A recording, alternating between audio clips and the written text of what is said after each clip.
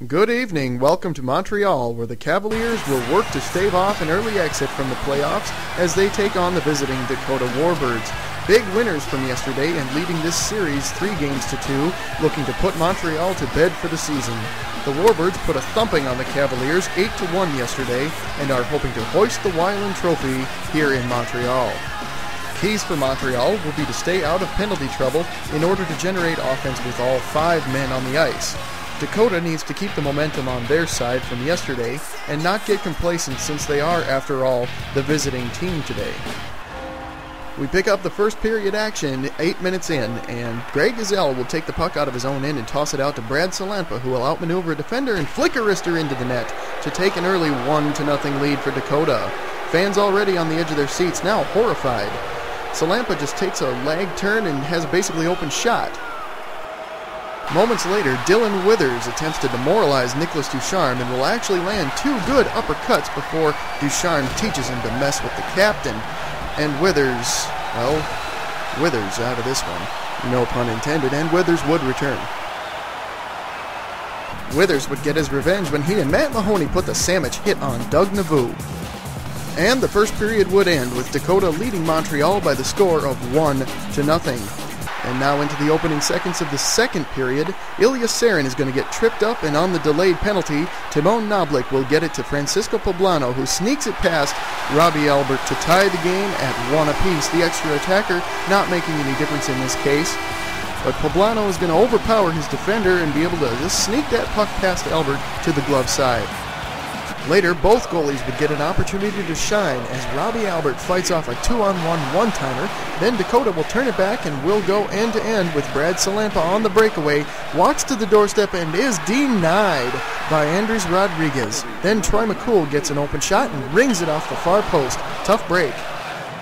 Just under 7 to go, and Francisco Poblano out for Timon Noblik, and Noblik takes it in deep, puts a shot off a pad, gets his own rebound, and puts Mom in the garage to give Montreal the lead. The score now 2-1.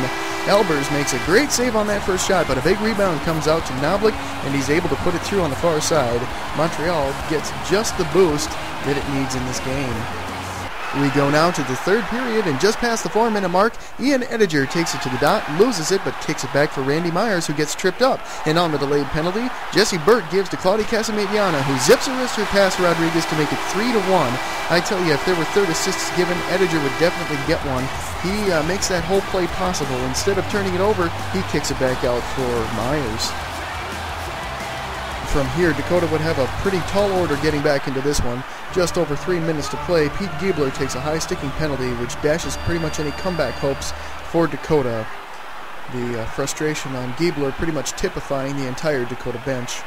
Finally, with 3 seconds to go in the game, Jordan Casper will take the puck all the way to the doorstep and wait for opposition before he pots the empty netter to make the game 4-1. He must have been watching the San Francisco-Austin series and taking a pointer, because he just waits there for an opponent before he puts it into the net. Some argue that that is a rather vulgar display, but the Montreal fans seem to be absolutely eating it up. The Dakota team obviously very frustrated, but they can take some comfort in knowing that Game 7 will be in their home rink. Montreal wins 4-1. The 3 stars of the night were third star Ilya Sarin, second star Francisco Poblano, and first star with a 2-point night and +3 in the game, Timon Noblik.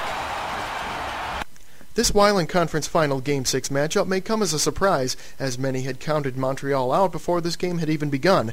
However, Montreal did a great job of staying out of penalty trouble, and while they went 0 for 5 on power plays, they did a great job of generating offense when they were at full strength. On the other hand, Dakota spent a lot of time shorthanded, and as a result they fought hard just to stay afloat and were unable to generate the offense that they were expected to in this game. The only disparate number seems to be the face-off wins, where Montreal won 12 against Dakota's 26. This series is now tied at 3 games apiece and moves back to Dakota for Game 7. Look for Dakota to come back with a vengeance, but expect Montreal to be right there with them. For BSPN, I'm Caleb Christofferson. Good night and good luck.